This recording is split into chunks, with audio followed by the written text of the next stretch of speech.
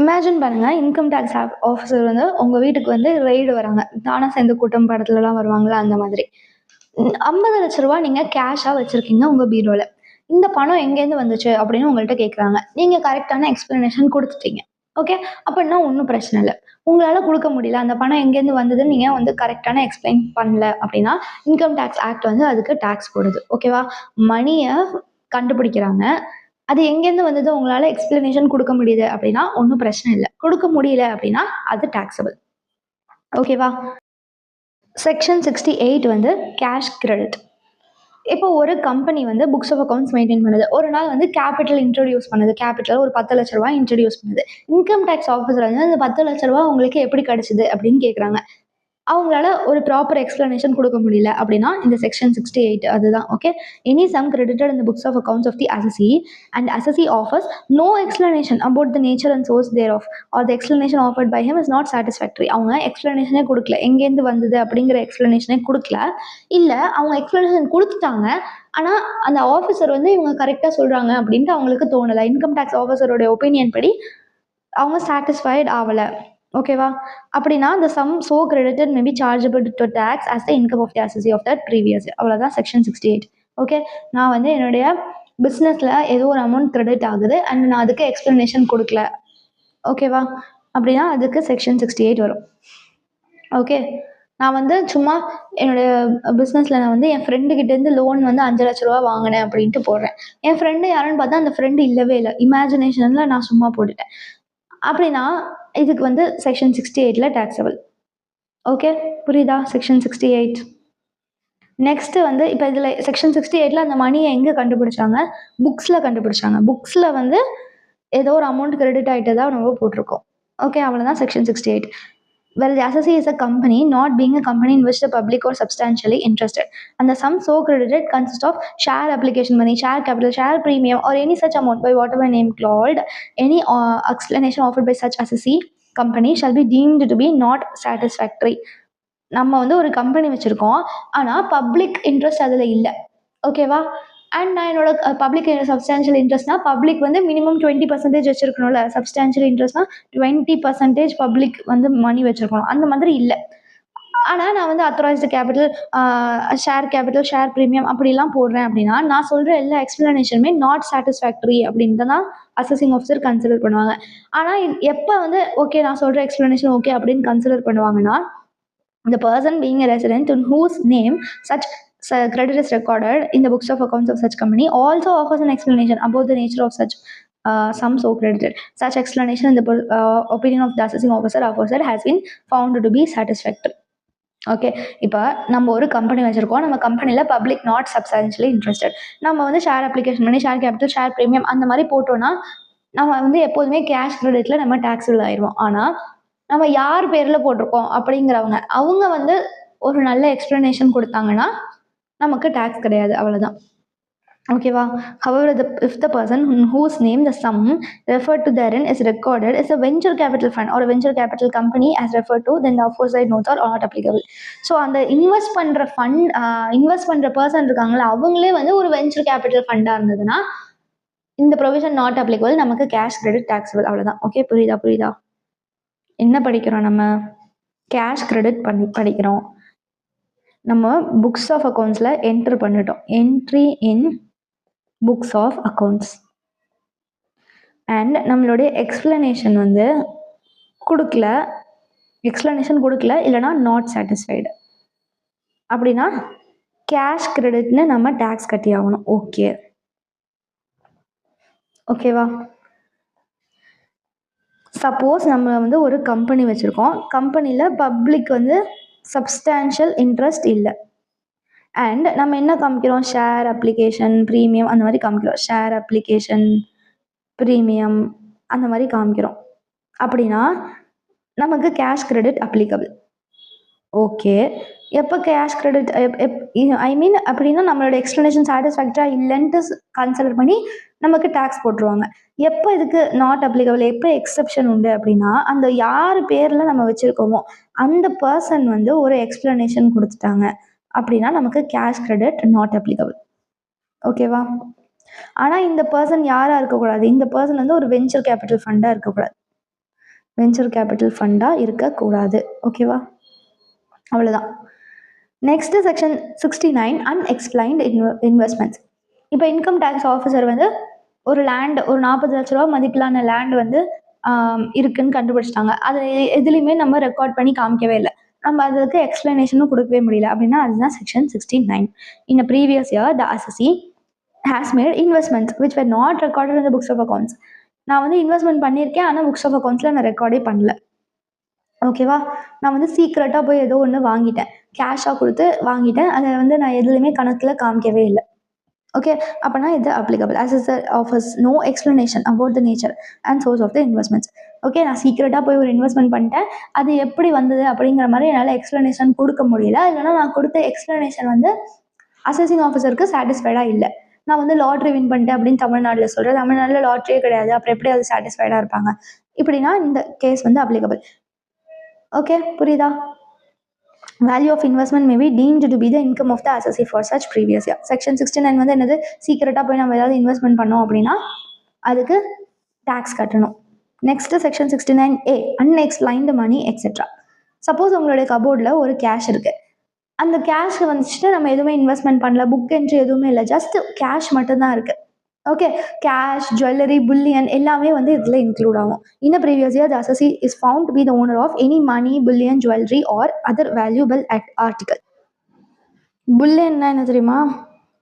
Gold, silver bar. Okay, gold silver பாராக இருக்கிறது, கட்டி கட்டியாக வச்சுருப்பாங்களது இந்த மாதிரி.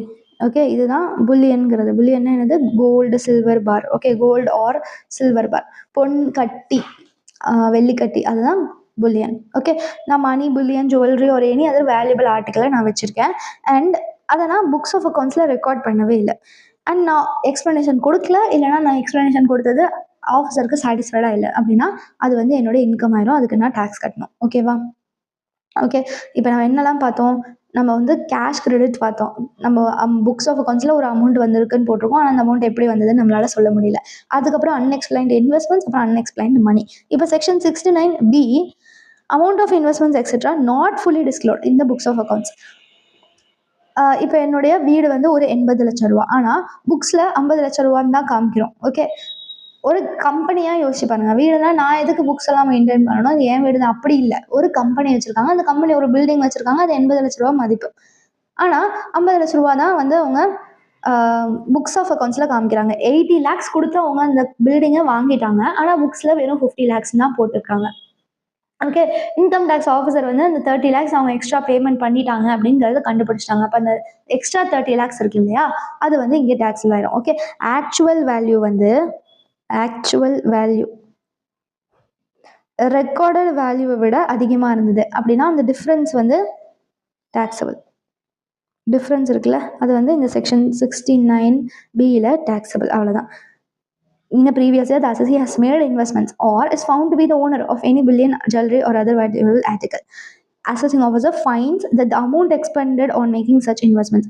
Amount expended na amount spent. நான் அதை வாங்குறதுக்கு செலவு பண்ண பணம் or in acquiring such bullion, jewelry or other valuable article exceeds the amount recorded in this behalf.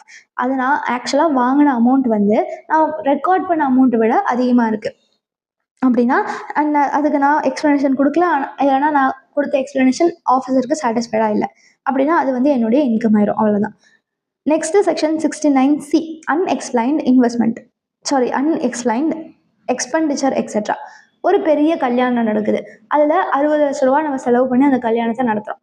எப்படி அவங்களுக்கு அவ்வளோ பணம் வந்துச்சு அப்படின்னு கேட்டால் எனக்கு தெரியலங்கிற மாதிரி நம்ம சொல்கிறோம், இல்லை எக்ஸ்ப்ளனேஷன் சாட்டிஸ்ஃபைடாக இல்லை அப்படின்னா அந்த எக்ஸ்பென்ஸே நம்மளோட இன்கமாக கன்சிடர் பண்ணிடுவாங்க. ஓகேவா? புரியுதா?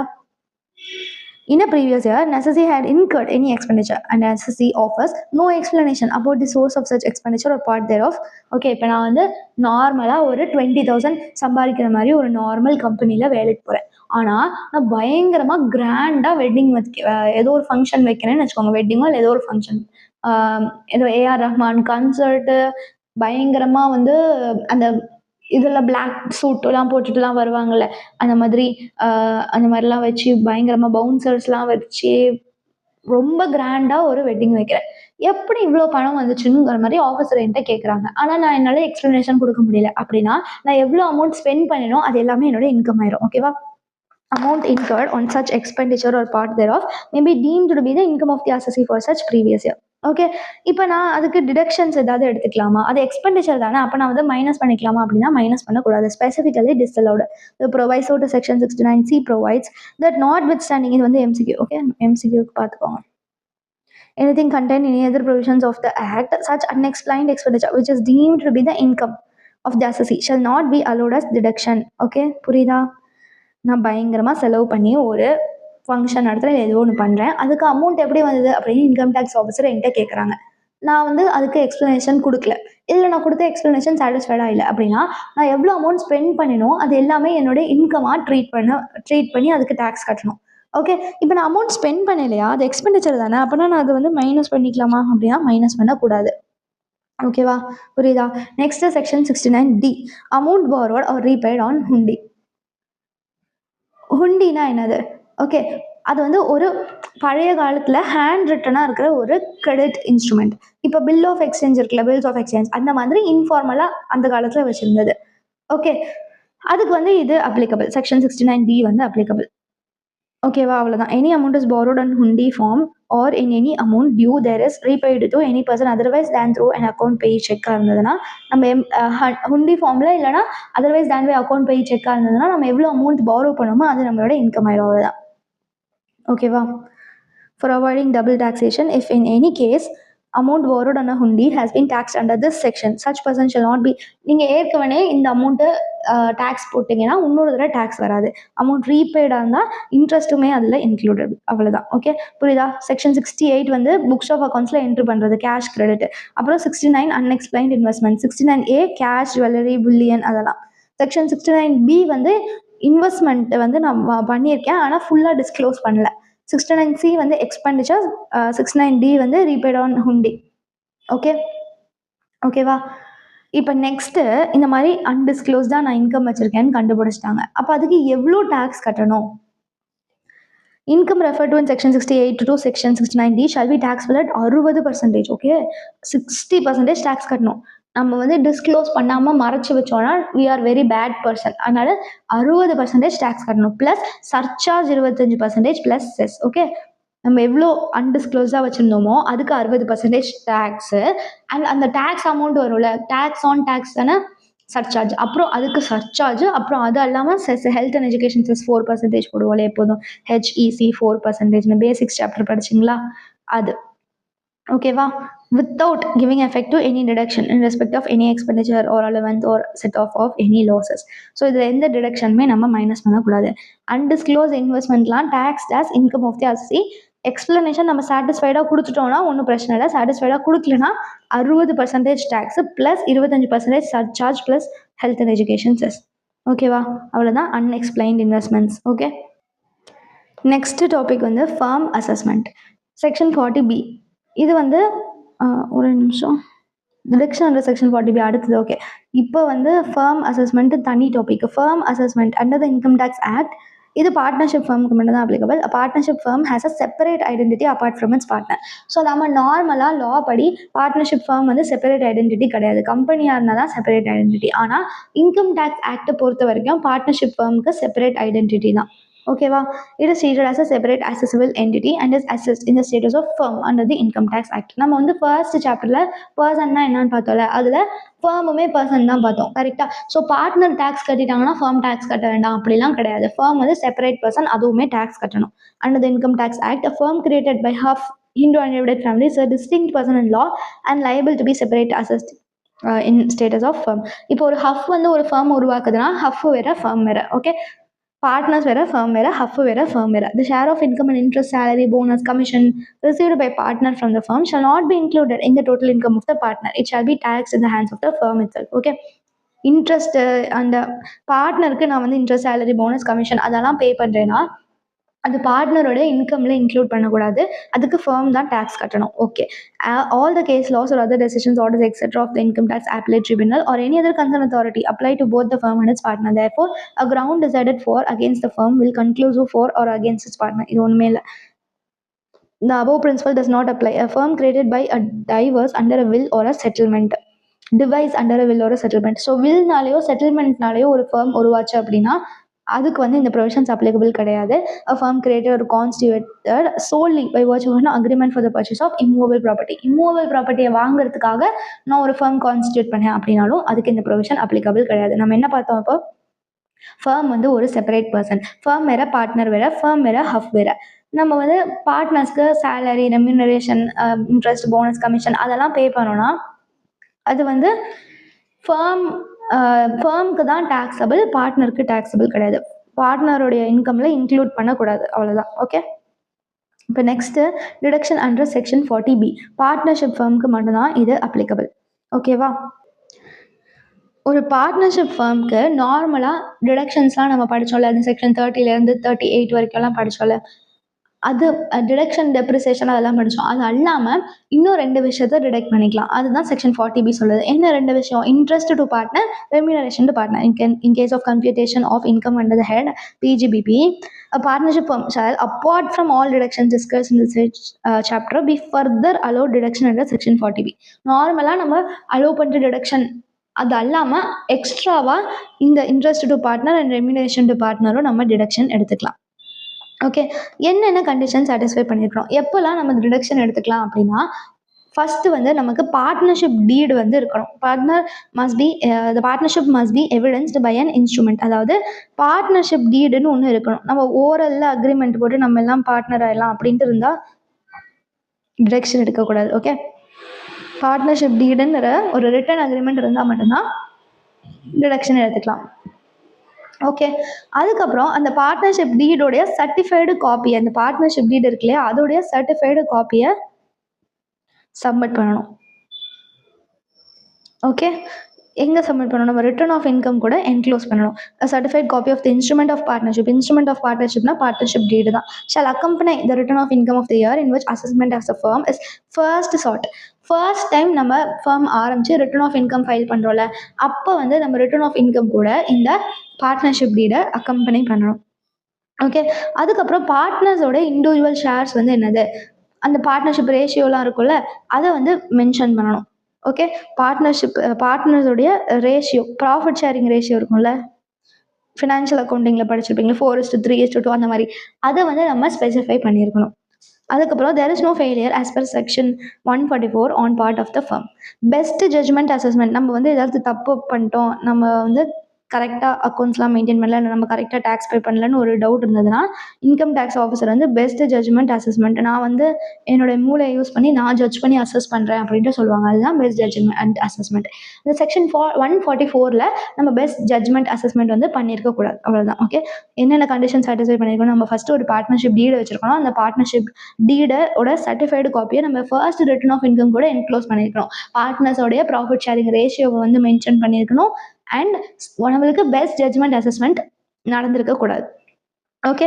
இந்த கண்டிஷன்லாம் சாட்டிஸ்ஃபை ஆயிடுச்சுன்னா நம்ம பார்ட்னர்ஸ்க்கு பே பண்ணுற இன்ட்ரெஸ்ட், ரெம்யூனரேஷனுக்குலாம் டிடக்ஷன் எடுத்துக்கலாம். ஓகே. டிடக்ஷன் எடுத்துக்கலாம் மீன்ஸ் நம்மளோட P&L டெபிட் சைடில் போட்டு எக்ஸ்பென்ஸ்னு காமிச்சிக்கலாம். சாட்டிஸ்ஃபை ஆகலை அப்படின்னா டிடக்ஷன் எடுக்கக்கூடாது. Effect of non fulfilment of above conditions where firm does not comply with provisions of section 184 for any assessment year. 184னா இந்த கண்டிஷன்ஸ் தான். இந்த கண்டிஷன்ஸை நம்ம ஃபாலோ பண்ணல அப்படின்னா no deduction by way of interest to partner ஒரு ரெம்யூனரேஷன் டு பார்ட்னர். இதை சாட்டிஸ்ஃபை பண்ணிட்டா டிடக்ஷன் அலோடு, சாட்டிஸ்ஃபை பண்ணலன்னா டிடக்ஷன் நாட் அலோடு, அவ்வளோதான். ஓகேவா? புரியுதா? இப்போ இன்ட்ரெஸ்ட் டு பார்ட்னர்னா என்னது? இன்ட்ரெஸ்ட் வந்து எப்போ டிடெக்டபிள் அப்படின்னா பார்ட்னர்ஷிப் டீடில் இன்ட்ரெஸ்ட் கொடுக்கலாம் அப்படின்ட்டு மென்ஷன் பண்ணியிருந்தால் மட்டும்தான் deductible. Okay. Interest partners whether on capital or on loan is allowed as deduction. Partner வந்து கேபிட்டல் வந்து கான்ட்ரிபியூட் பண்ணியிருக்காங்க, அதுக்கு நம்ம இன்ட்ரெஸ்ட் கொடுக்குறோம். இல்லைனா பார்ட்னர் வந்து லோன் கொடுத்துருக்காங்க, அதுக்கு நம்ம இன்ட்ரெஸ்ட் கொடுக்குறோம். 2 கேஸ்லையுமே நம்ம இன்ட்ரெஸ்ட் கொடுக்கலாம், ஒன்றும் பிரச்சனை இல்லை. ஆனால் அது ஆத்தரைஸ்டு பை த பார்ட்னர்ஷிப் டீடாக இருக்கணும். பார்ட்னர்ஷிப் டீடில் அலோவ் பண்ணியிருக்கணும் இன்ட்ரெஸ்ட் கொடுக்கலாம் அப்படின்ட்டு. பார்ட்னர்ஷிப் டீடில் ஃபர்ஸ்ட் ஆஃப் ஆல் அலோவ் பண்ணியிருக்கணும். ஓகே. டீடு வந்து சைலண்டாக இருக்க, டீடில் எதுவுமே சொல்லலை அப்படின்னா டிடக்ஷன் கிடையாது. கண்டிஷன் 2 வந்து payment must pertain to a period after the partnership deed. Okay. Partnership deed வந்து நம்ம செஞ்சதுக்கு அப்புறம் இருக்கிற பீரியடுக்கு நம்ம இன்ட்ரெஸ்ட், ஓகே நம்ம இப்போதைக்கு பார்ட்னர்ஷிப் பிஸ்னஸ் நடத்துகிறோம். பார்ட்னர்ஷிப் டீடே இல்லாமல் நம்ம ஓரல் அக்ரிமெண்ட்டில் நடத்துகிறோம். ஓகேவா? இப்போ நம்ம இன்ட்ரெஸ்ட் கொடுத்துட்ருக்கோம். அதுக்கப்புறம் பார்ட்னர்ஷிப் டீடு வந்துருச்சு. அதுக்கப்புறமும் நம்ம இன்ட்ரெஸ்ட் கொடுக்குறோம் அப்படின்னா, பார்ட்னர்ஷிப் டீடுக்கு அப்புறம் நம்ம இன்ட்ரெஸ்ட் பே பண்ணோம்ல, அதுக்கு மட்டும் தான் டிடக்ஷன் எடுத்துக்கலாம். அதுக்கு முன்னாடி பண்ண பேமெண்ட்க்கு டிடக்ஷன் எடுக்கக்கூடாது. ஓகேவா? புரியுதா? இன்ட்ரெஸ்ட் டு பார்ட்னர் வந்து ஃபர்ஸ்ட் ஆஃப் ஆல் அது அத்தரைஸ்டு பை தி பார்ட்னர்ஷிப் டீடாக இருக்கணும். பார்ட்னர்ஷிப் டீடு வந்து நம்ம உருவாக்குனதுக்கு அப்புறம் நம்ம பே பண்ண இன்ட்ரெஸ்ட்க்கு மட்டும் தான் deduction allowed. Amount of deduction வந்து என்னது? Actual interest or 12% simple interest. Okay, இது ரெண்டுத்துல எது கம்மியோ? புரியுதா? ஸோ இது எப்படி நீங்கள் ஞாபகம் வச்சுக்கலாம்னா, மேக்ஸிமம் 12% பர் ஆனம் மட்டும்தான் அலோடுன்னு ஞாபகம் வச்சுக்கோங்க. ஓகேவா? இப்போ இன்ட்ரெஸ்ட் வந்து நான் ஒரு 80,000 பே பண்ணுறேன். ஓகேவா? அண்ட் லோனில் நான் வந்து ஒரு 12% கால்குலேட் பண்ணேன். லோனில் 12% கால்குலேட் பண்ணால் எனக்கு 72,000 வருது. அப்போ நான் எவ்வளோ டிடக்ஷன் எடுத்துக்கலாம்? 72,000 தான் டிடக்ஷன் எடுத்துக்கலாம். இந்த 72,000 எப்படி வந்தது? அந்த லோன் அமௌண்ட்டில் நான் வந்து 12% கால்குலேட் பண்ணுறேன். அப்படின்னா 72,000 வருதுன்னு வச்சுக்கோங்க. மேக்ஸிமமே அவ்வளோதான் எடுக்க முடியும். ஓகேவா? புரியுதா? Deduction under Section 40B is allowed to a partnership firm in respect of interest to partner, remuneration to partner, subject to fulfillment of the conditions. அவ்வளோதான். அதில் ஒன்றுமே இல்லை. ஓகே, என்னென்ன கண்டிஷன்? இந்த 4 கண்டிஷன். மேக்ஸிமம் 12% வரைக்கும் தான் நம்ம இன்ட்ரெஸ்ட் டிடக்ஷன் வந்து அலோவ் பண்ணலாம். ஓகேவா? அவ்வளோதான் இந்த செக்ஷன். இப்போ இல்லஸ்ட்ரேஷன் 85 பார்க்கலாம். ஸோ இன்ட்ரெஸ்ட் ஆன் பார்ட்னர்ஸ் வந்து பார்த்தோம் இல்லையா? இன்ட்ரெஸ்ட் ஆன் பார்ட்னர்ஸ் எவ்வளோ வந்து அலோவுடு? ஆக்சுவலாக அலோவ் பண்ணுற இன்ட்ரெஸ்ட்டு இல்லைனா மேக்ஸிமம் எவ்வளோ? 12%. அது ரெண்டுத்தில் விச் எவர் இஸ் லெஸ்ஸோ அதுதான் அலோடு. ஸோ இந்த டிஃப்ரெண்ட் கேசஸ் கொடுத்துருக்காங்க. இதில் வந்து நம்ம டிஸ்அலோட் அமௌண்ட் எவ்வளோ அப்படின்ட்டு கண்டுபிடிக்கிறோம். ஓகேவா? ஸோ இப்போ கேஸ் ஏ வந்து பாருங்கள். கேஸ் ஏல வந்து interest on capital as per books of accounts. Okay, interest on capital as per books of accounts வந்து 20,000. இன்ட்ரெஸ்ட் அமௌண்ட்டே கொடுத்துட்டாங்க 20,000 அப்படின்ட்டு. Rate of interest allowed to partner வந்து 10%. அப்போ இந்த 20,000 எப்படி வந்ததுன்னா, ஏதோ ஒரு அமௌண்ட்டில் 10% தான் அந்த 20,000. Okay, interest allowed as per partnership டீடும் 10% தான். ஓகே, அப்போனா டிஸ்அலௌடு அமௌண்ட் வந்து எதுவுமே கிடையாது. ஏன்னா அவங்க வந்து 12% விட கம்மியாக தான் இன்ட்ரெஸ்ட் கொடுத்துருக்காங்க. அண்ட் அலௌடு அது வந்து இதுலேயும் பார்ட்னர்ஷிப் டீடு படியும் அது அலௌடு தான். ஸோ டிஸ்அலௌடு அமௌண்ட் வந்து எதுவுமே கிடையாது. ஓகேவா? Disallowed amount is equal to nil. இப்போ கேஸ் பி பார்க்கலாம். கேஸ் பி வந்து interest on capital as per books of accounts வந்து 30,000. Rate of interest allowed to partner 15%. அந்த 30,000 எப்படி வந்ததுன்னா 15% தான் 30,000. ஆனால் எவ்வளோ வந்து allowed as per partnership deed? 12% தான் அலௌடு. ஓகேவா? ஸோ நம்ம 12%ங்கிறது தான் மேக்ஸிமம் ரேட்டும் அலௌடு. பார்ட்னர்ஷிப் டீடு படியும் 12% தான் அலௌடு. ஸோ அப்போ இந்த 3% எக்ஸ்ட்ரா கொடுத்துருக்காங்க இல்லையா? இதுக்கும் 3% வருது இல்லையா? 12% தான் அலௌடு. ஆனால் அவங்க 15% கொடுத்துருக்காங்க. அப்போ 3% வந்து disallowed amount. Okay, so டிஸ்அலௌட் amount வந்து எப்படி கண்டுபிடிக்கிறது? டிஸ்அலௌட் அமௌண்ட் இஸ் ஈக்குவல்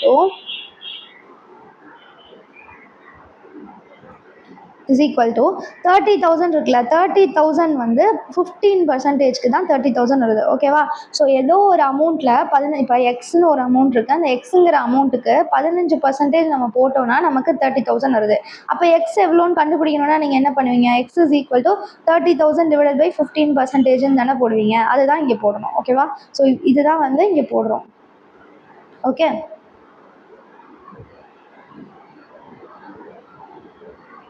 இது வந்து ரஃப் ஒர்க் மாதிரி. ஓகே, இது உங்களுக்கு புரியணுங்கிறதுக்காக ஏன் வந்து இப்படி டிவைடட் பை 15 போடுறோம் அப்படிங்கிறது. ஓகே, இப்போ டிவைடட் பை 15 போட்டோம்னா நமக்கு லோன் அமௌண்ட் எவ்வளோன்னு தெரிஞ்சிடும். எவ்வளோ டிஸ்அலௌடு? 12க்கு பதிலாக அவங்க 15 கொடுத்துருக்காங்க. அப்போ அந்த 3% தானே டிஸ்அலௌடு. அப்போ இன்டூ 3ன்னு போடணும். ஓகேவா? இஸ் ஈக்குவல் டு எவ்வளோ வரும்?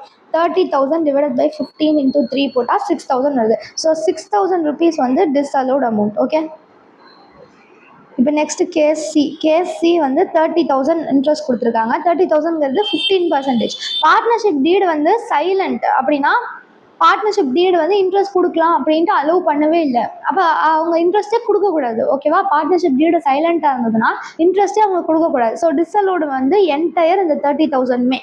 ஓகேவா? As partnership deed is silent disallowed amount is equal to அந்த என்டையர் 30,000 ரூபா இன்ட்ரெஸ்ட் இருக்குல்ல அது எல்லாமே வந்து டிஸ்அலவுடு தான். ஓகே, ஸோ மேக்ஸிமம் 12% கொடுக்கலாம் அப்படிங்கிறது பார்ட்னர்ஷிப் டீடு அலோவ் பண்ணாதான் நம்ம கொடுக்க முடியும். இந்த கொஸ்டின்ல பார்ட்னர்ஷிப் டீடு அலோவே பண்ணல இன்ட்ரெஸ்ட் கொடுக்கலாம் அப்படின்ட்டு, ஆனால் அவங்க இன்ட்ரெஸ்ட் கொடுத்துருக்காங்க, அதனால என்டையர் அமௌண்ட்டுமே டிஸ்அலவுடு. இப்போ நெக்ஸ்ட் கேஸ் டி வந்து பார்க்கலாம். கேஸ் டி வந்து என்ன கொடுத்துருக்காங்க, 30,000 இன்ட்ரெஸ்ட், அது வந்து 20%. 30,000 எப்படி வந்ததுன்னா 20%, ஏதோ ஒரு அமௌண்ட்ல 20% போட்டால் நமக்கு 30,000 கிடைக்குது. Interest allowed as per partnership deed வந்து 18% தான். ஆனால் நம்ம இது வந்து மோர் தேன் 12% இருக்குல்ல, நம்ம மேக்ஸிமம் எவ்வளோ அலோவ் பண்ணலாம், 12% தான் அலோவ் பண்ணலாம். ஓகேவா, 12% தான் நம்ம இன்ட்ரெஸ்ட் கொடுக்கலாம். ஆனால் அவங்க 20% கொடுத்துருக்காங்க. எவ்வளோ எக்ஸ்ட்ரா கொடுத்துருக்காங்க, 8% எக்ஸ்ட்ரா கொடுத்துருக்காங்க இல்லையா. ஸோ அப்போ அந்த 8% டிஸ்அலோடு. ஓகே, புரியுதா? சப்போஸ் இது 11% இருந்ததுன்னா நம்ம வந்து இந்த 11க்கும் 20க்கும் உள்ள கேப் தான் பார்ப்போம். ஓகேவா, இங்கே 18% இருக்குது. 18ங்கிறது 12க்கு அதிகமாக இருக்குது, ஆனால் நம்ம மேக்ஸிமம் 12 தான் கொடுக்க முடியும். ஸோ அதனால 20க்கும் 12க்கும் உள்ள கேப் ஆனால் 8% வந்து disallowed. Okay, so disallowed amount, disallowed, okay எழுதவே மாட்டேங்குது. Disallowed amount is equal to 30,000ங்கிறது வந்து 20% போட்டால் 30,000 வருது. அப்போ 30,000 டிவைட் பை 20 போட்டால் நமக்கு லோன் அமௌண்ட் கிடைக்கும். எவ்வளோ வந்து டிஸ்அலவுடு, 12 மைனஸ், ஓகே 20 மைனஸ் 12, எப்படி அந்த 8 வந்ததுன்னு உங்களுக்கு தெரியணும்ல, அதனால இப்படி போட்டுரு. Okay, 30,000 divided by 20 into 20 minus 12 எவ்வளோ, 8 இஸ் ஈக்குவல் டு ருபீஸ் எவ்வளோ வருது, 30,000 டிவைடட் பை 20 இன்ட்டு 8 போட்டால் 12,000 வருது. ஸோ ருபீஸ் 12,000 தான் டிஸ்அலவுடு. ஓகேவா. இப்போ நெக்ஸ்ட் கேஸ் இல வந்து 30,000 கொடுத்துருக்காங்க. 15%, அந்த 30,000 எப்படி வந்ததுன்னா 15%, ஆனால் 10% தான் பார்ட்னர்ஷிப் டீடு படி அலோடு. இது வந்து லெஸ் தேன் 12% தானே, அதனால 10% தான் நம்ம எடுத்துப்போம். அப்போ 15க்கும் 10க்கும் உள்ள கேப் 5% தான் டிஸ்அலோடு அமௌண்ட். புரியுதா, 15% அவங்க கொடுத்துருக்காங்க, ஆனால் பார்ட்னர்ஷிப் டீடு படி அவங்க 10% தான் கொடுக்கலாம். அப்போ அந்த 5% தான் டிஸ்அலோடு amount. Okay, so case E, case E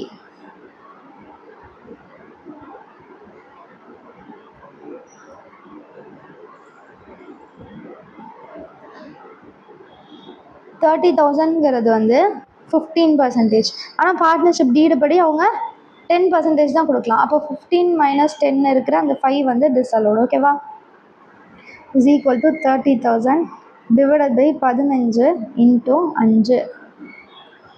okay, 5 3s are 15, அப்போ 10 வரும். அப்போ ருபீஸ் 10,000. ஓகேவா, அவ்வளோதான் கேஸ் இ. கேஸ் எஃப் வந்து பாருங்கள். கேஸ் எஃப் வந்து இடம் இருக்கா, இடம் இல்லையா. ஓகே, இந்த இடம் போதும். கேஸ் எஃப் வந்து 30,000, 30,000ங்கிறது 30%. அவங்க எவ்வளோ அலோவ் பண்ணுறாங்க பார்ட்னர்ஷிப் டீடு படினா 30% அலோவ் பண்ணுறாங்க, ஆனால் நம்ம மேக்ஸிமம் 12% மட்டும்தான் கொடுக்க முடியும். ஓகேவா, 12% மட்டும்தான் நம்ம கொடுக்க முடியும். அப்போ இந்த 30க்கும் 12க்கும் உள்ள டிஃப்ரென்ஸ் 30 மைனஸ் 12 18, அப்போ 18 வந்து டிஸ்அலோடு. ஓகேவா, பார்ட்னர்ஷிப் டீடு படி 30% கொடுக்கலான்னாலும் நம்ம இன்கம் டேக்ஸ் ரூல்ஸ் படி நம்ம வந்து 12% தான் மேக்ஸிமம் கொடுக்க முடியும். ஓகேவா, ஸோ கேஸ் எஃப் வந்து disallowed amount, disallowed amount is equal to 30,000 divided by 30 into 30 minus 12. Okay, so 30,000 divided by 30 into 18 வருமா, is equal to rupees எவ்வளோ வரும், 18,000 வரும். அவ்வளோதான். ஓகேவா, ஸோ அவ்வளோதான் இந்த இல்லஸ்ட்ரேஷன். இப்போ நெக்ஸ்ட் வந்து பார்க்கலாம். applicability of section 40 capital A2. Interest to partner paid at a rate higher than the normal market rate of interest shall be governed by section 40A2 and excess shall be disallowed. Okay, பார்ட்னர்ஸ்க்கு நம்ம pay பண்ணுற interest வந்து normal market rate of இன்ட்ரெஸ்ட்டை விட அதிகமாக இருந்தது அப்படின்னா அந்த எக்ஸஸ் வந்து என்னவாயிரும், டிஸ்அலோட் ஆயிரும். இப்போ நெக்ஸ்ட் பார்க்க போகிற டாபிக் வந்து interest to representative partner. Representative பார்ட்னர்னா என்னது, வேற an individual as a partner in a firm on behalf of or for the benefit of any other person he is termed as a representative partner. Okay, இப்போ ஒரு individual இருக்காரு, அவர் வந்து இன்னொரு இண்டிவிஜுவலுக்கு பதிலாக, இவருக்கு பதிலாக இவர் வந்து பார்ட்னராக இருக்காருன்னு வச்சுக்கோங்க. ஓகேவா, அப்போ இவரை தான் நம்ம என்னன்னு சொல்லுவோம், இவரை தான் ரெப்ரசன்டேட்டிவ் பார்ட்னர்னு சொல்லுவோம். ரெப்ரசன்டேட்டிவ் பார்ட்னர்னு சொல்லுவோம். ஓகேவா, இன்னொருத்தருக்கு பதிலாக இல்லை இன்னொருத்தருடைய பிஹாஃபாக நான் வந்து ஒரு ஃபார்மில் போய் பார்ட்னராக இருந்தேன்னா நான் தான் ரெப்ரசன்டேட்டிவ் பார்ட்னர். ஓகே, இப்போ ரெப்ரசன்டேட்டிவ் பார்ட்னருக்கு இன்ட்ரெஸ்ட் கொடுத்தா அது என்ன பண்ணணும்? ஃபர்ஸ்ட் வந்து இப்போ நம்ம பார்ட்னருங்கிற கெப்பாசிட்டியில் அந்த ரெப்ரசன்டேட்டிவ் பார்ட்னர் அப்படிங்கிற கெப்பாசிட்டியில் நம்ம இன்ட்ரெஸ்ட் கொடுத்தோம்னா அதுக்கு தான் இந்த செக்ஷன் 40B அந்த மேக்ஸிமம் 12% கொடுக்கலாம் அப்படிங்கிறது அப்ளை ஆகும். எனி அதர் கெப்பாசிட்டியில் நம்ம கொடுக்குறோம், ரெப்ரசன்டேட்டிவ் பார்ட்னருங்கிற கெப்பாசிட்டியில் கொடுக்காம வேறு ஏதாவது ஒரு கெப்பாசிட்டியில் கொடுத்தோம்னா அது வந்து செக்ஷன் 36 வந்துடும். ஓகேவா, புரியுதா? Interest paid by the firm to such individual as a partner in a representative capacity to the person so represented shall be governed by section 40B.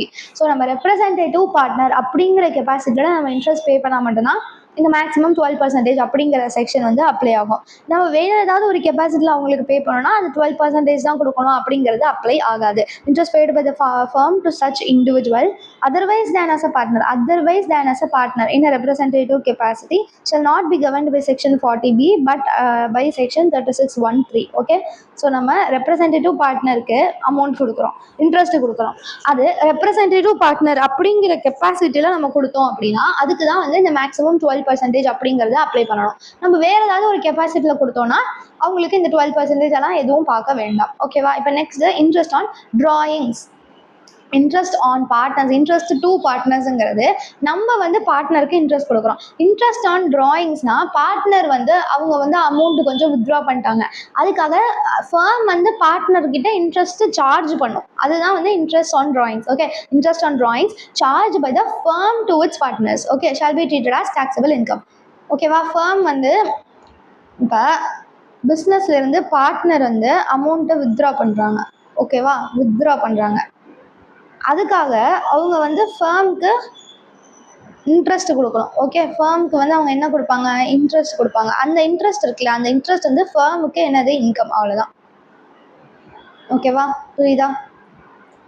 Shawl be treated as taxable இன்கம்னு சொல்லிட்டாங்க.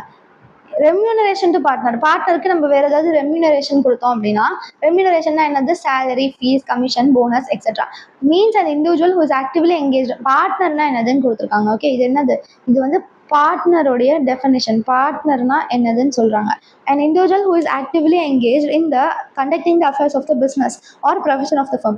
Time devotion is not the key factor for designing the status of partner as a working partner. அவங்க வந்து பார்ட்னராக இருக்கணும், key டெசிஷன்ஸ்லாம் அவங்க make பண்ணணும். ஆனால் அவங்க வந்து டெய்லி 9 to 5 வந்துட்டு போகணும் அப்படிங்கிற மாதிரிலாம் கிடையாது. டைம் டிவோஷன் வந்து இம்பார்ட்டன்ட் கிடையாதுன்னு சொல்கிறாங்க. ஓகேவா?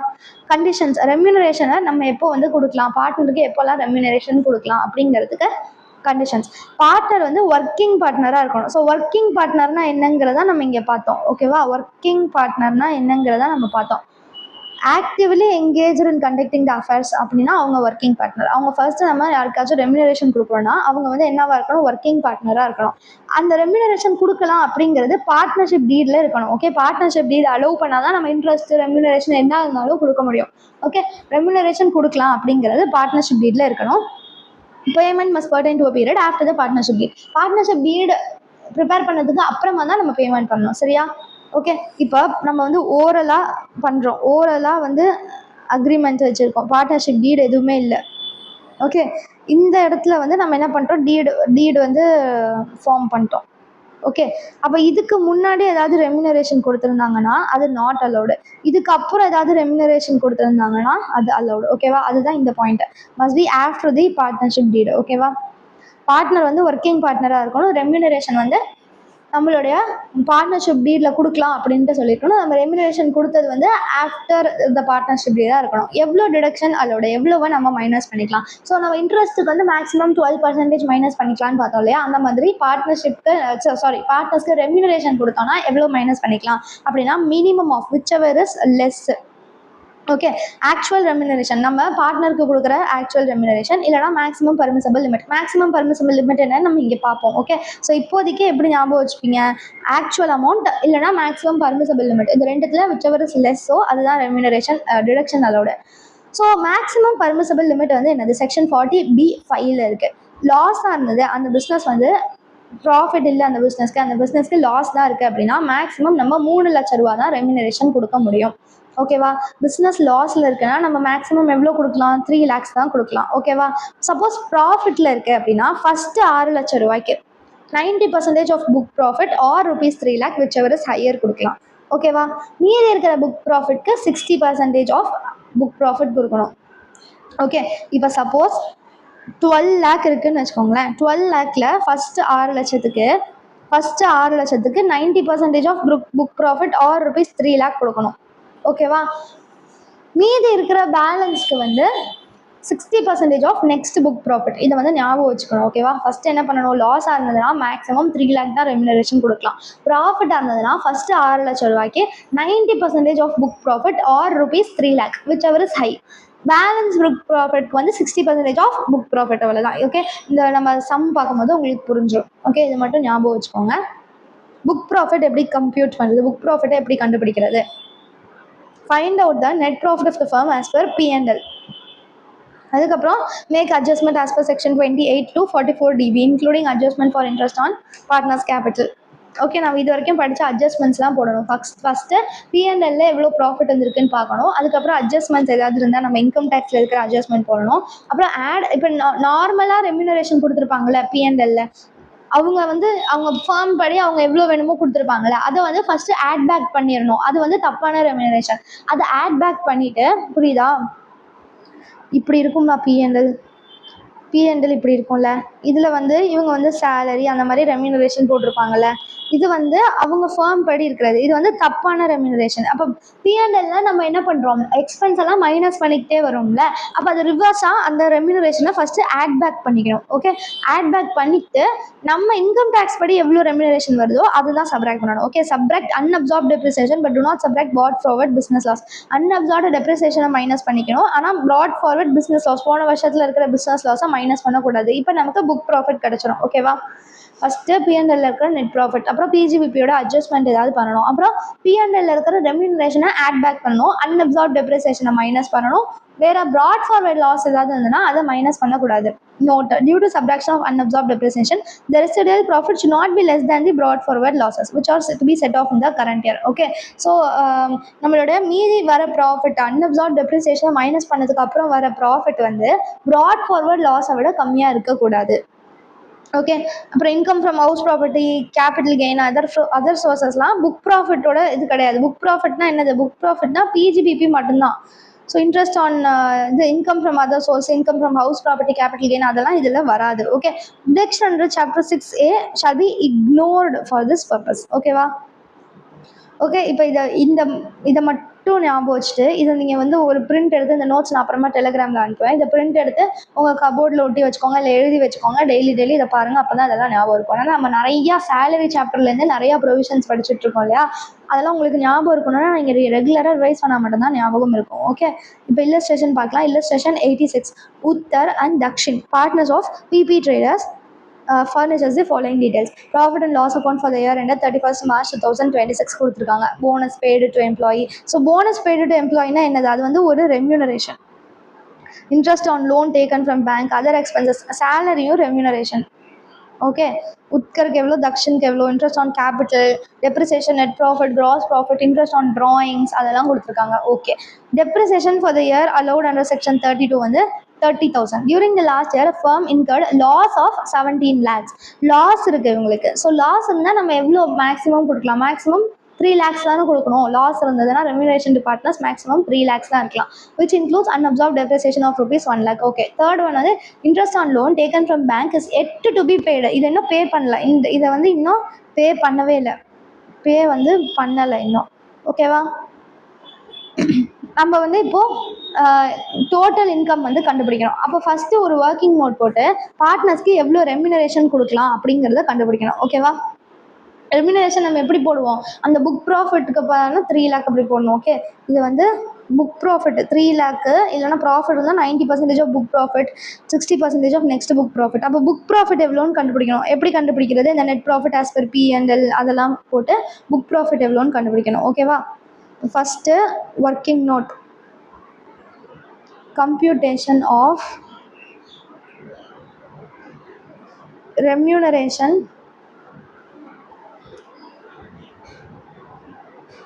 to partners, particulars amount ன்னு போட்டுக்கோங்க. புக் ப்ராஃபிட் ஃபஸ்ட்டு கண்டுபிடிக்கணும். Okay, so net profit as per P&L, net profit as per P&L தான் நம்ம ஸ்டார்ட் பண்ணுவோம். ஓகேவா? So net profit hand writing கேவலமாக போகுது. நெட் நெட் ப்ராஃபிட், ஒரே நிமிஷம்.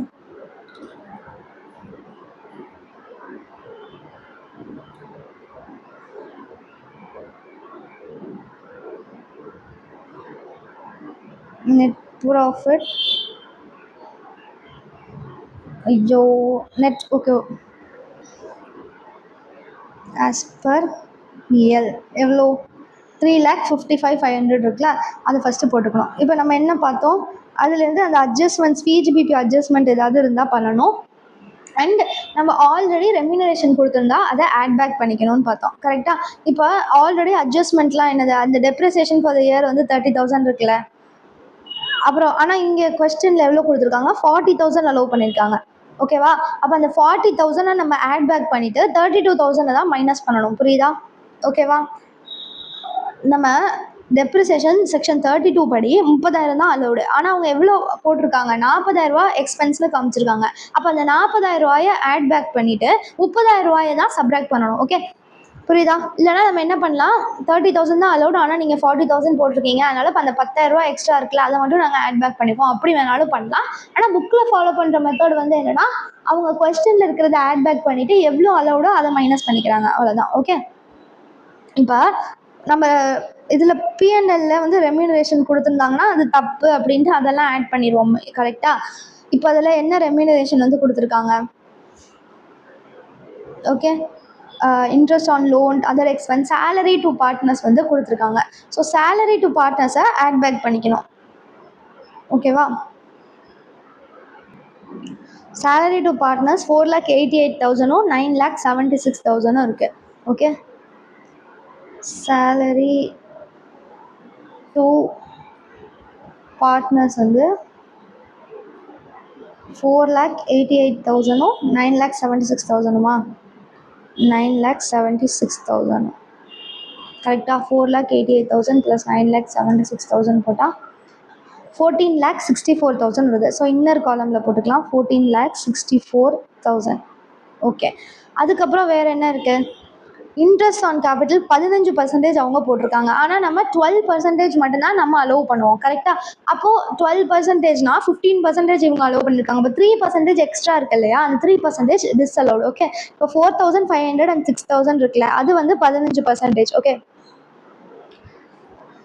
இன்ட்ரெஸ்ட் ஆன் கேபிட்டல்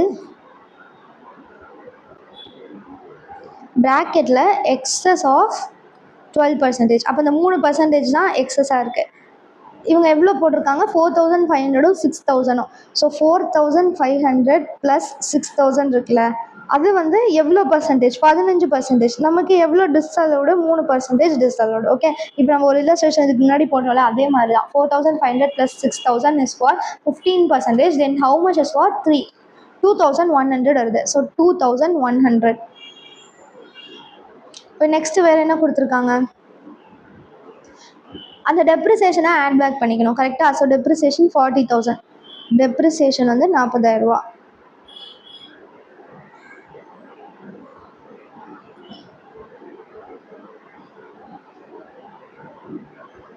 அப்புறம் இந்த கொஸ்டினில் வந்து இதில் சொல்லுங்க, இங்கே இருக்குவாங்க, interest on loan taken from bank is yet to be paid அப்படின்னா நாட் பெய்டு, பே பண்ணவே இல்லை. ஸோ நம்ம பே பண்ணால் தான் நம்ம அலோவ் பண்ண முடியும். ஓகேவா? அக்ரூவல் பேசிஸில் இவங்க அக்கௌண்ட்ஸ் போடுறதுனால அதை பே பண்ணுறதுக்கு முன்னாடியே அவங்க போட்டாங்க, ஆனால் அவங்க பே பண்ணல. அதனால இந்த interest on loan taken from bank இந்த 45,000 அவங்க பே பண்ணல இல்லையா, நம்ம ஆல்ரெடி மைனஸ் பண்ணிட்டோம். இப்போ ஆட் பேக் பண்ணணும். Okay, interest on loan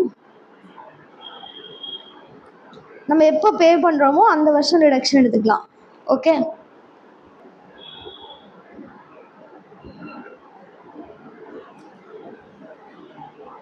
₹45,000. கரெக்டாக? ஓகே, அவ்வளோதான். இப்போ இது எல்லாத்தையும் ஆட் பண்ணுங்கள். 14,64,000 + 2,100 + 40,000 + 45,000 போட்டால் 15,51,100 வருது. 15,51,100. இப்போ இது ரெண்டுத்தையும் ஆட் பண்ணணும்.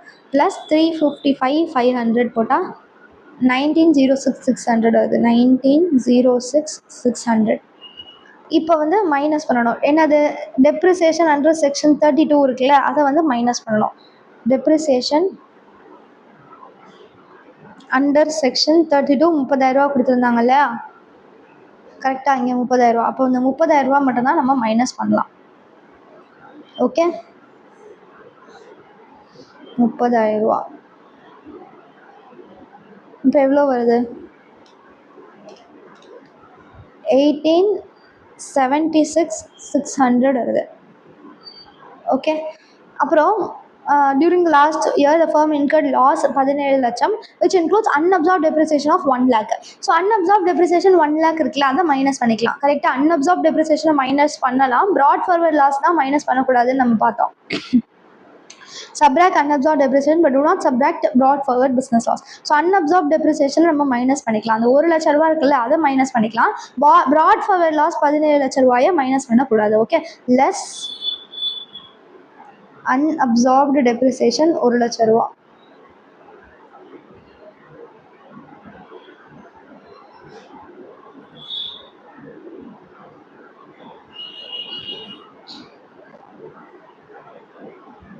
இப்போ எவ்வளோ வரும்? 17,76,600 வரும். அதுதான் என்னது? அதுதான் புக் ப்ராஃபிட்.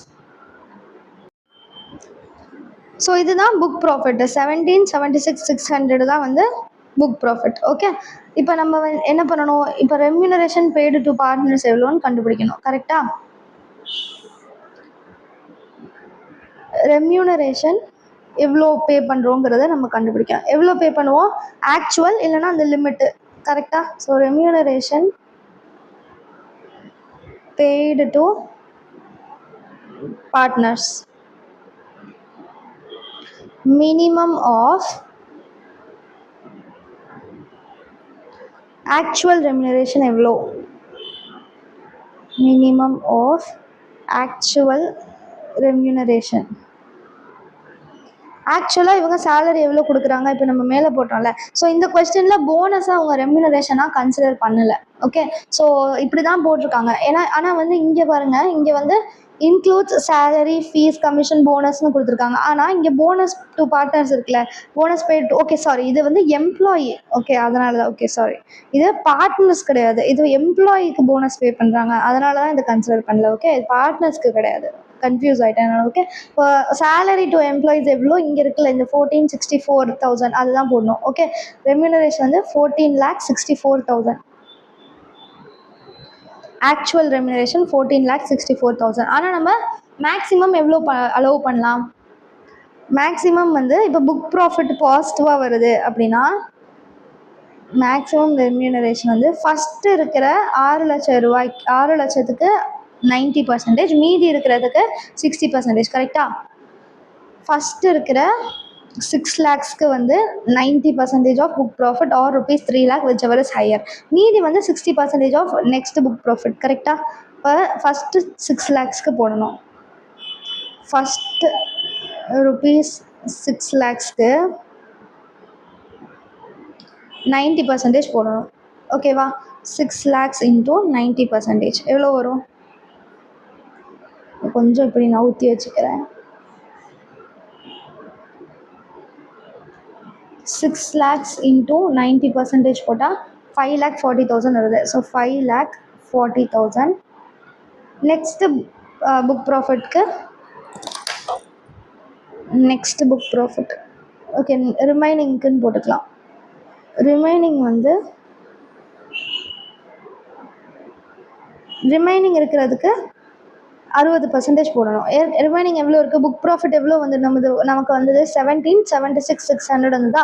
17,76,600ல் நம்ம 6 lakhs ஆல்ரெடி பே பண்ணிட்டோம். அப்போ அந்த மீதிக்கு தான் எவ்வளோ போடணும்? 60% போடணும். ஸோ இதுக்கு 60% போட்டால் எவ்வளோ வருது? 17,76,600 minus 6 lakh into 60%. 705,960. இப்போ இது ரெண்டுத்தையும் ஆட் பண்ணால் ப்ளஸ் 5,40,000 போட்டோம்னா 1245,960. ஸோ 1245,960 வருது. இப்போ இது ரெண்டுத்தில் எது வந்து கம்மி? 1245,960 தானே கம்மி. அப்போ நம்ம ரெம்யூனரேஷன் எவ்வளோ பே பண்ணுறோம்? 1245,960. ஓகேவா? 1245,960 தான் நம்ம ரெம்யூனரேஷன் பே பண்ணலாம். ஓகே, புரியுதா? புக் ப்ராஃபிட் ஃபஸ்ட்டு கண்டுபிடிச்சிட்டு நம்ம வந்து அந்த ப்ரொவிஷன் அப்ளை பண்ணி போட்டோம். இப்போ கொஸ்டினில் அது கேட்கல, அவங்க கொஸ்டினில் டோட்டல் இன்கம் தான் கம்ப்யூட் பண்ண சொல்லியிருக்காங்க. இப்போ டோட்டல் இன்கம் வந்து கண்டுபிடிக்கணும். Okay, so computation of total income of company பேர், ஃபார்ம் பேர் PP traders. PP traders for assessment year 2026-27, previous year 25-26. ஓகேவா? இப்போ எப்படி கண்டுபிடிக்கிறதுனா, புக் ப்ராஃபிட் நம்ம அன்அப்சார்ப் டெப்ரிசியேஷனை மைனஸ் பண்ணுறதுக்கு முன்னாடி இருக்கிற புக் ப்ராஃபிட்டை எடுத்துக்கணும். ஓகேவா? புரியுதா?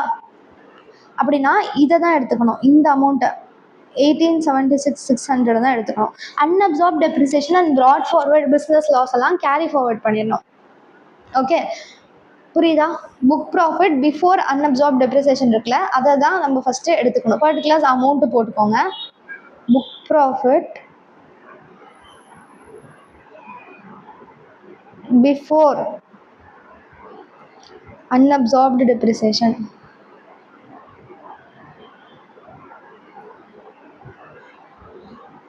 எவ்வளோ வருது? 1876,600 வருது. 1876,600. இதிலேருந்து நம்ம இப்போ ரெம்யூனரேஷன் டு பார்ட்னர்ஸ் கண்டுபிடிச்சோம்ல, இப்போ ஒர்க்கிங் நோட்டில் அதை போடணும். ஆக்சுவல் ரெம்யூனரேஷன் கிடையாது, நம்ம இப்போ கண்டுபிடிச்ச remuneration. Okay, remuneration to partners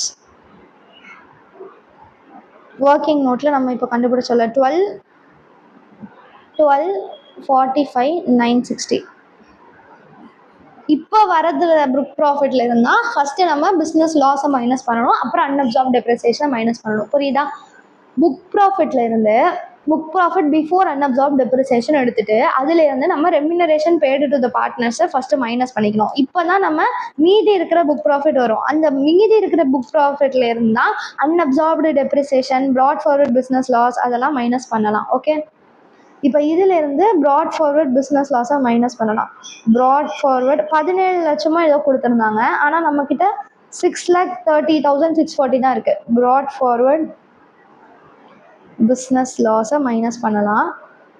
கொஸ்டினில் எவ்வளோ கொடுத்துருக்காங்க? Brought forward business loss 17 lakhs கொடுத்துருக்காங்க, ஆனால் நம்மகிட்ட 6,30,640 தான் இருக்குது. ஸோ அந்த 6,30,640 மட்டும்தான் நம்ம மைனஸ் பண்ண முடியும். டோட்டல் இன்கம் எதுவுமே கிடையாது. Okay, dash. டோட்டல் இன்கம் வந்து டேஷ். அப்போ remaining brought forward business loss இருக்குல்ல, ரிமைனிங்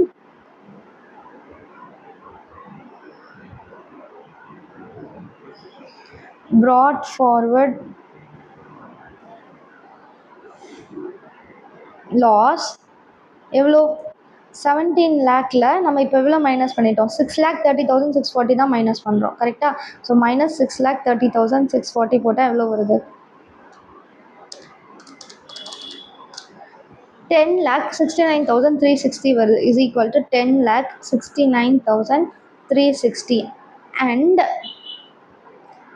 அன்அப்சார்ப்டு டெப்ரிசியேஷன் அந்த 45,000 வந்ததா? 45,000 கிடையாது, 1 lakh வந்தது. Okay, and unabsorbed depreciation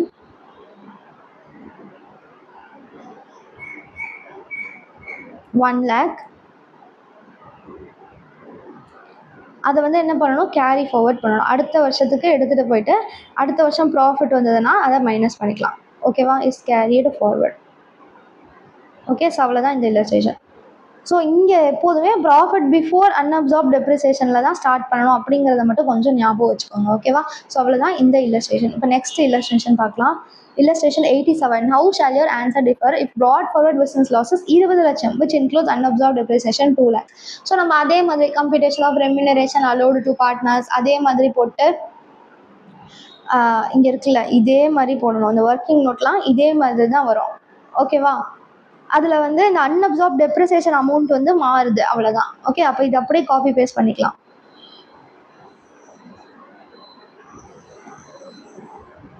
okay, அன்அப்சார்ப் depreciation amount மட்டும்தான் மாறுது.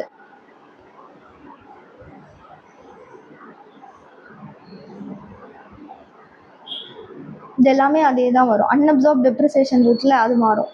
அன்அப்சார்ப் டெப்ரிசியேஷன் மாறுச்சுன்னா இதுவும் மாறும். அப்போ இதெல்லாம் மாறும். ஓகேவா? அன்அப்சார்ப் டெப்ரிசியேஷன் எவ்வளோ கொடுத்துருக்காங்க? 2 lakhsனு கொடுத்துருக்காங்க. Okay,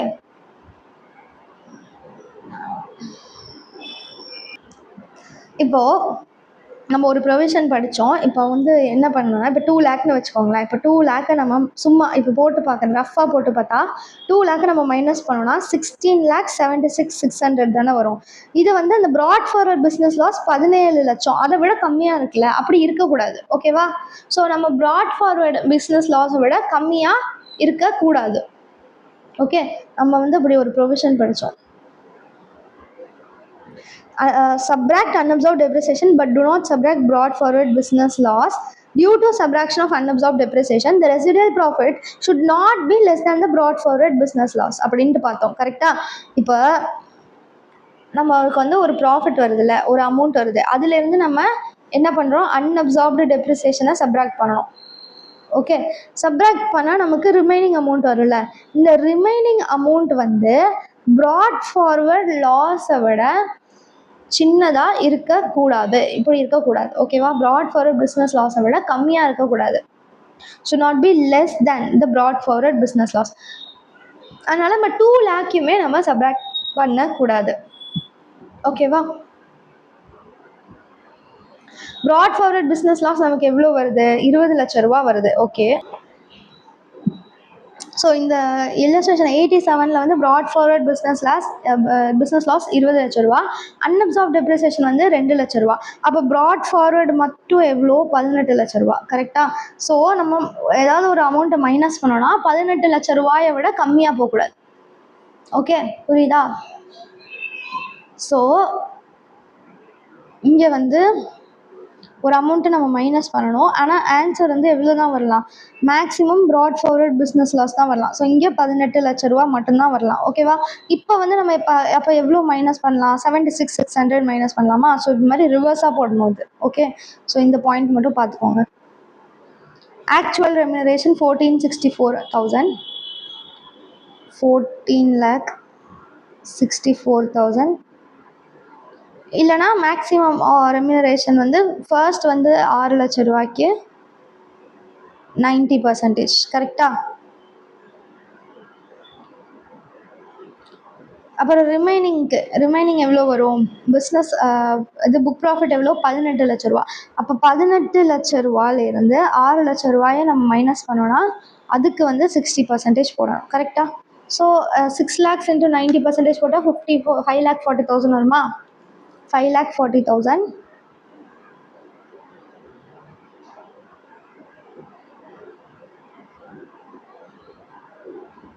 okay, 18 minus 6னா 12 lakh. 12 lakhக்கு 60% போட்டால் 7,20,000.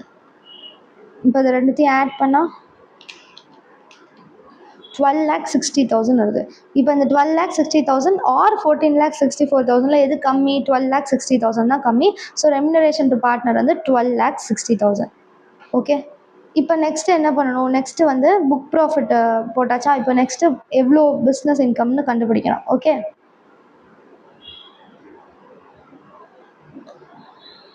ஸோ ஏற்கனவே போட்டதே காப்பி பேஸ்ட் பண்ணிக்கிறேன்.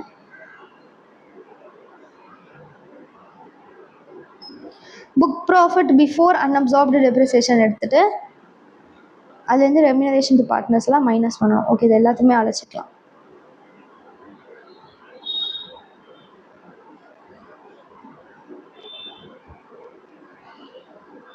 Book profit before unabsorbed depreciation எவ்வளோ? 18,76,600. அப்போ அதே தான் வருது, 18,76,600. அதுலேருந்து ரெம்யூனரேஷன் டு பார்ட்னர் இப்போ நம்ம ஒர்க்கிங் நோட்டில் போட்டோம்ல 12,60,000, அதை வந்து மைனஸ் பண்ணணும். 12,60,000 மைனஸ் பண்ணணும்.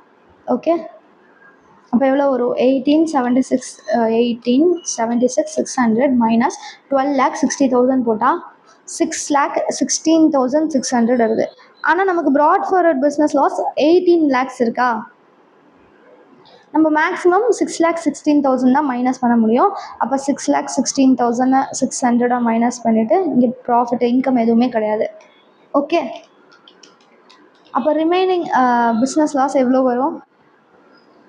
எவ்வளோ இருக்குது? 18 lakhs இருக்குது. அந்த 18 lakhஸில் இப்போ நம்ம 6,16,600 தான் மைனஸ் பண்ணியிருக்கோம். அப்போ ரிமைனிங் எவ்வளோ இருக்குது? 11,83,400 வருது. அதுவும் ப்ராட் ஃபார்வர்ட் பிஸ்னஸ் லாஸ் ஒரு 2 லட்ச ரூபா இருக்குல்ல, ₹2 lakh, அதையும் நம்ம என்ன பண்ணுவோம்? அடுத்த வருஷத்துக்கு கேரி ஃபார்வர்ட் பண்ணிடுவோம். ஓகேவா? ஸோ அவ்வளோதான் இந்த இல்லஸ்ட்ரேஷன். இப்போ next remuneration to representative partner. நம்ம ரெப்ரசன்டேட்டிவ் பார்ட்னர்னா என்னன்னு பார்த்தோம்ல.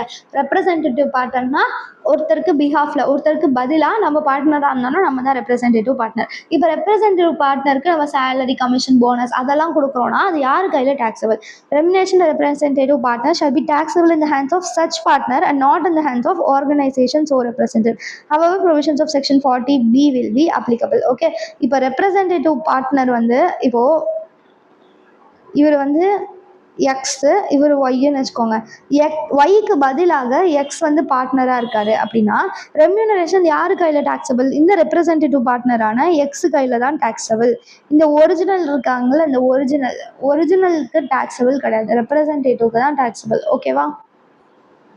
in the hands of such partner and not in the hands of organization so represented. Okay, treatment in the hands of partner. Share of profit. Partners share in the total income of the firm is exempt in the hands of the partner. Share of profit and the exempt. Okay, remuneration and the taxable, share of profit and the exempt. Income of a firm shall be taxed in the hands of firm and only and the same and the same can under no circumstances be taxed in the hands of a partner. So அந்த ப்ராஃபிட்டுக்கு tax first அந்த firm கட்டிட்டு அதுக்கப்புறம் தான் இந்த பார்ட்னருக்கு distribute பண்ணுது. அதனால 2 பேர்த்துக்கு மேலே நம்ம டேக்ஸபிள்னு சொல்ல மாட்டோம், ஃபர்முக்கு மட்டும்தான் taxable. ஓகேவா? The entire profit credited to the partner's account in the firm would be exempt from tax in hands of such firm even if the income chargeable tax become nil in the hands of firm on account of any exemption deduction as per provisions of the income tax.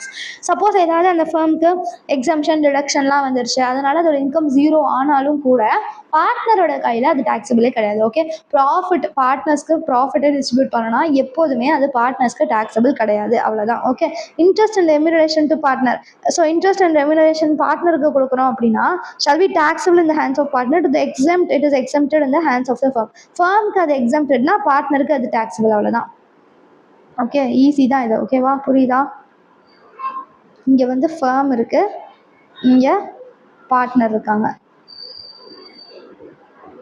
Okay, இப்போ நம்ம ப்ராஃபிட்டை distribute பண்ணுறோன்னா firm வந்து அதை பே பண்ணிடும் tax. அப்போ இவங்களுக்கு அதுக்கு பே பண்ண வேண்டாம், எக்ஸம்ட். ஓகே, இப்போ சேலரி, ரெம்யூனரேஷன் அதெல்லாம் கொடுக்குறோன்னா இவங்க தான் அதை டிடக்ஷன்னு மைனஸ் பண்ணிக்குவாங்கல்ல, டிடக்ஷன்னு மைனஸ் பண்ணிக்கிட்டு டேக்ஸ் கட்ட மாட்டாங்கல்ல. அதனால ஃபர்முக்கு வந்து ஃபர்ம் வந்து டிடக்ஷன் போட்டுக்கிறதுனால பார்ட்னருக்கு டாக்ஸபிள். அவ்வளோதான். ஓகேவா? யாராவது ஒருத்தர் டேக்ஸ் கட்டி ஆகணும், அந்த அப்படிங்கிற பாயிண்ட் ஆஃப் வியூவில் மட்டும் யோசிச்சிங்கனாலே போதும். General note related to firm assessment. Effect of registration of firm. Registration is not compulsory. Okay, ஃபர்முக்கு ப்ராஃபிட்டாக லாஸ் ஆன நம்ம இன்கம் டேக்ஸ்க்காக கண்டுபிடிக்கிறதுக்கு அந்த ஃபர்ம் கண்டிப்பாக ரெஜிஸ்டர் பண்ணியிருக்கணுமா அப்படின்னா இல்லை, அப்படிலாம் ரெஜிஸ்டர் பண்ணிக்கணுன்ட்டு அவசியம் கிடையாது. Change in constitution R profit sharing ratio.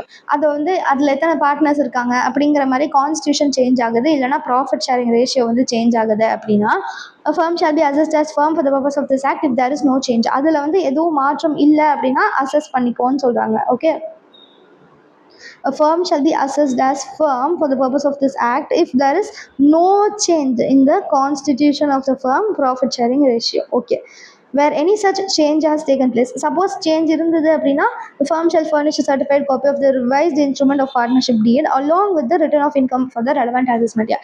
இப்போது நம்மளோட ப்ராஃபிட் ஷேரிங் ரேஷியோவை மாத்திரம், இல்லை நம்மளோட பார்ட்னர்ஸை மாத்திரம், அந்த மாதிரி ஏதாவது சேஞ்ச் இருந்தது அப்படின்னா நம்மளுடைய ரிவைஸ்டு பார்ட்னர்ஷிப் டீட் இருக்குல்ல, அதோடைய ஒரு காப்பியை நம்ம ரிட்டர்ன் ஆஃப் இன்கம் கூட என்க்ளோஸ் பண்ணிடணும்.